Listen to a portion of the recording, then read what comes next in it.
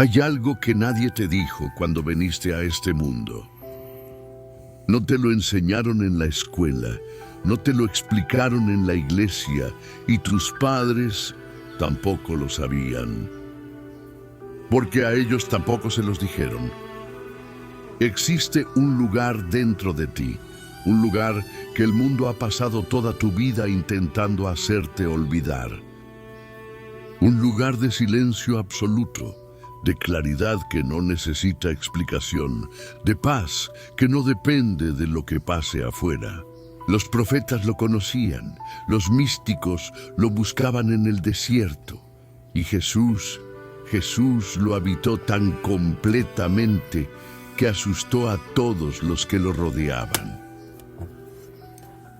Dentro, no en el templo, no en el cielo lejano, dentro de ti. Hoy vamos a ir ahí, vamos a descender juntos hasta ese lugar que has estado evitando, tal vez sin saberlo, y lo que encuentres al final de este camino puede cambiar la forma en que ves todo. Esto no es un mensaje de motivación, esto es una invitación a despertar. Antes de despertar, primero hay que admitir que estamos dormidos. Y eso duele, porque nadie quiere creer que ha pasado años, décadas quizás, caminando en un estado de inconsciencia espiritual, siguiendo rutinas sin preguntarse por qué, reaccionando a la vida en lugar de habitarla, existiendo, pero no viviendo. El apóstol Pablo lo vio con claridad y lo escribió con una urgencia que se siente hoy. Levántate de entre los muertos. No dice que estás muerto, dice que te levantes entre ellos, que te apartes de esa forma de existir. Todo es automático, donde nada realmente te toca, donde llevas años haciendo las mismas oraciones, sin escuchar lo que Dios podría estar respondiéndote en el silencio. ¿Cómo se ve ese sueño en la vida real? Se ve así. Te despiertas cada mañana y lo primero que haces es revisar el teléfono. Absorbes noticias, problemas ajenos, el caos del mundo. Y antes de que hayas tomado el primer sorbo de café, tu mente ya está en modo de supervivencia. ¿Cómo se ve ese sueño en la vida real? Se ve así. Tomas decisiones importantes basadas en el miedo. Miedo al rechazo, miedo al fracaso, miedo a lo que dirán, no desde tu centro, sino desde tu herida. Hay una historia en el primer libro de Reyes, capítulo 19. Elías acaba de vivir uno de los momentos más poderosos de su ministerio. Fuego del cielo, una victoria imposible, un milagro de proporciones épicas. Y sin embargo, al día siguiente está corriendo por su vida, agotado, pidiéndole a Dios que le permitiera morir. Como un hombre pasa de la cima al fondo en menos de 24 horas. Porque todo ese tiempo, Elías había estado operando desde el hacer, desde la performance espiritual, pero no se había detenido a simplemente ser. Y entonces Dios le habla, pero no en el viento poderoso que quebraba las rocas, no en el terremoto, no en el fuego, sino en algo que el hebreo original describe como una voz quieta y delicada. Un susurro. La voz más profunda de Dios no truena, susurra. Y para escuchar un susurro, primero tienes que callarte. Esa es la primera puerta del despertar, aprender a detenerse. El reino interior. Hay una pregunta que me ronda hace años. ¿Por qué Jesús pasó 40 días en el desierto antes de comenzar su ministerio? 40 días sin multitudes, sin milagros públicos, sin audiencia, solo él, el silencio y el adversario. ¿Qué estaba haciendo ahí? Estaba anclándose en su identidad más profunda, porque lo primero que el enemigo atacó en esa tentación no fue su poder, no fue su llamado, fue su identidad.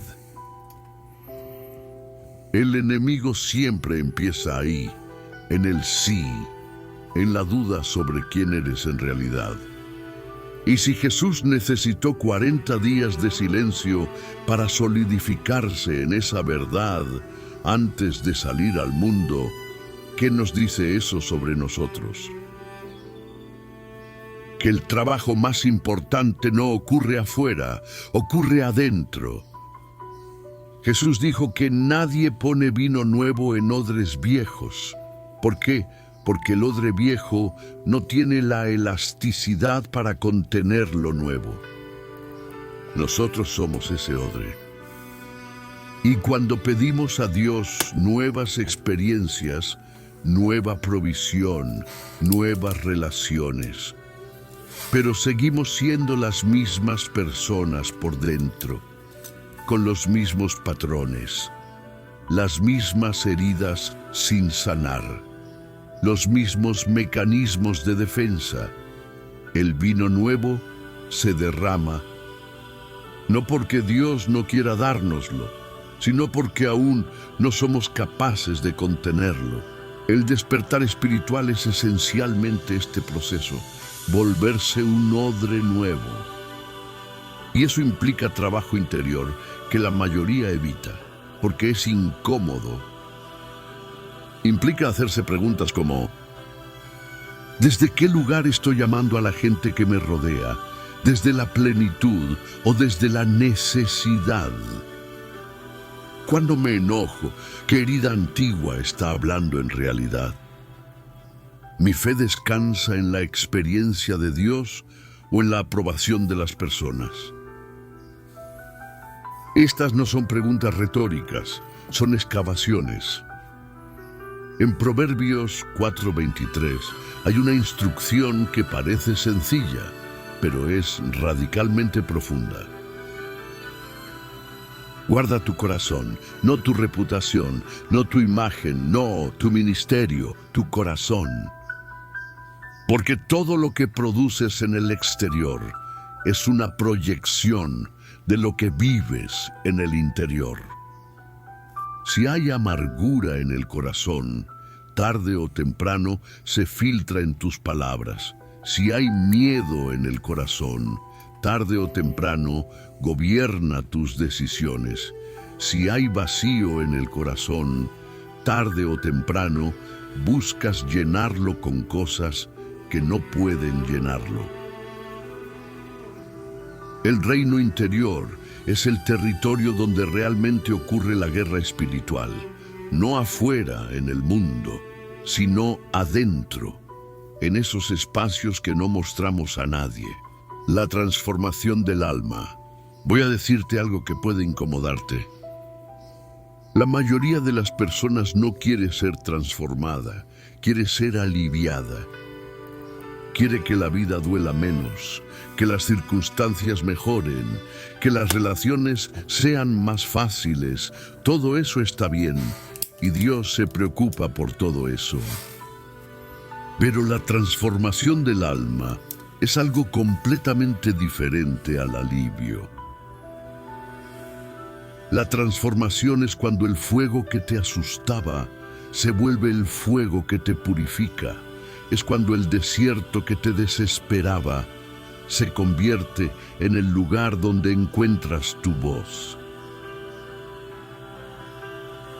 El horno de la aflicción, no el jardín de la comodidad, el horno.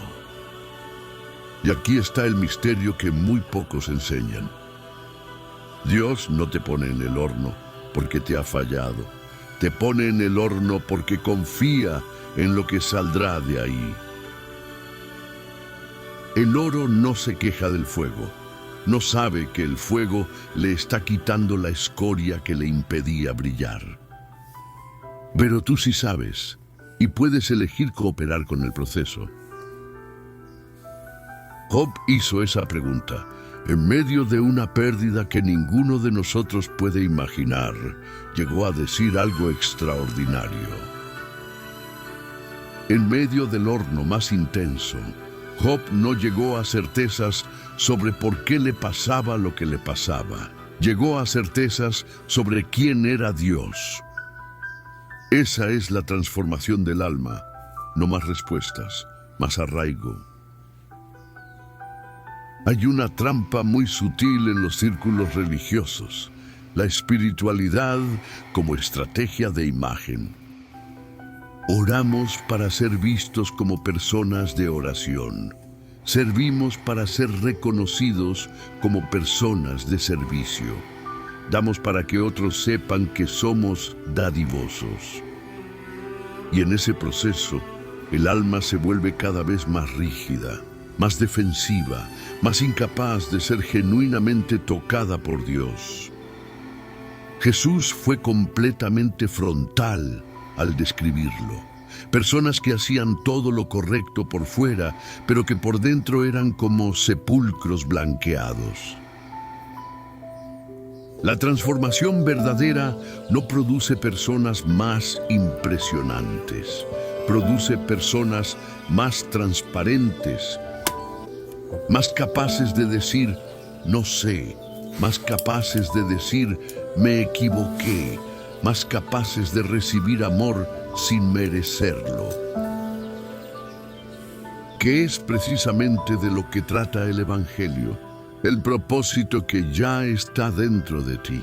Uno de los malentendidos más comunes sobre el propósito es que está en algún lugar afuera, esperando ser descubierto, como un tesoro enterrado en el lugar correcto.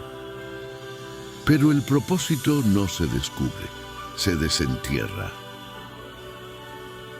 Ya está en ti, fue puesto ahí antes de que nacieras. Antes de la historia que llevas, antes de los errores que acumulaste, antes de las etiquetas que otros pusieron sobre ti, ya había una versión de ti que Dios conocía, y en esa versión estaba codificado tu propósito. El problema es que la vida hace mucho ruido, y ese ruido, con los años, se vuelve más fuerte que esa voz interior que intenta decirte quién eres realmente. Hay dos preguntas que pueden ayudarte a comenzar a desenterrar ese propósito. La primera, ¿qué te produce indignación? No cualquier indignación, la indignación santa, aquello que no puedes tolerar que exista en el mundo, lo que hace que algo en tu interior se encienda con urgencia. Eso está señalando hacia tu llamado. Nehemías estaba en una posición cómoda, segura, respetada. Era el copero del rey. Y entonces recibió noticias de que los muros de Jerusalén estaban en ruinas. Y dice la Biblia que se sentó, lloró, ayunó y oró por días. No lo analizó fríamente, lo sintió en el alma.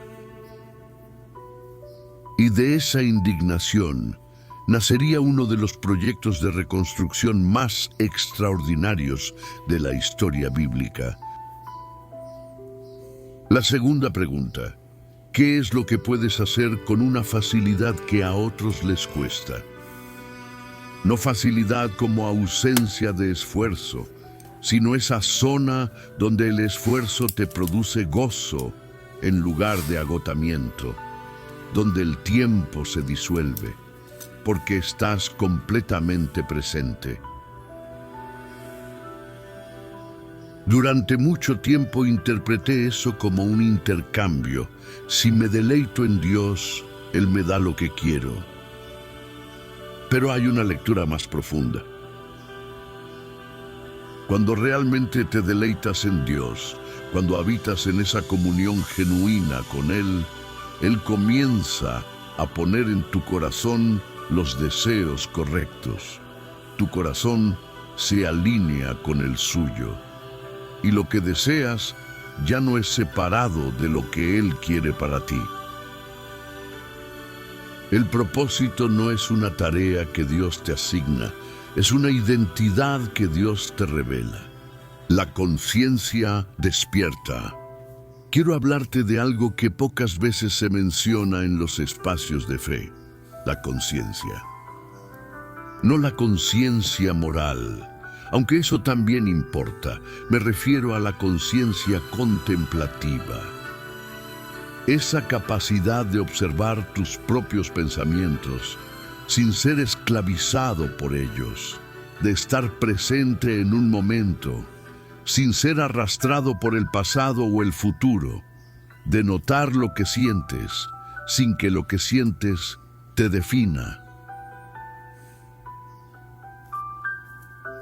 Sobrepasa el entendimiento, no llega por el análisis, no se compra con la lógica, no se produce con el esfuerzo mental. Es una paz que viene del otro lado de la mente. Y la única forma de acceder a ella es a través de lo que Jesús describió como ese estado de los niños pequeños. Presencia total, sin agenda, sin estrategia, sin necesidad de controlar el resultado. La conciencia despierta no es un estado de éxtasis permanente. No es siempre sentir que estás en la cima de la montaña espiritual. Es algo más sutil y más radical. Es vivir desde adentro hacia afuera, en lugar de desde afuera hacia adentro. La mayoría de las personas viven así. Lo que pasa afuera determina cómo se sienten por dentro. Cuando las circunstancias son buenas, la paz existe. Cuando son malas, la paz desaparece. La conciencia despierta invierte eso. El estado interior comienza a influir sobre la percepción de lo exterior. No porque el dolor deje de existir, sino porque ya no te define. Oración final. Antes de terminar, quiero orar contigo. No como un ritual, no como una fórmula, sino como alguien que reconoce que hay algo más grande que él mismo y que ese algo nos está llamando hacia una forma más profunda de existir.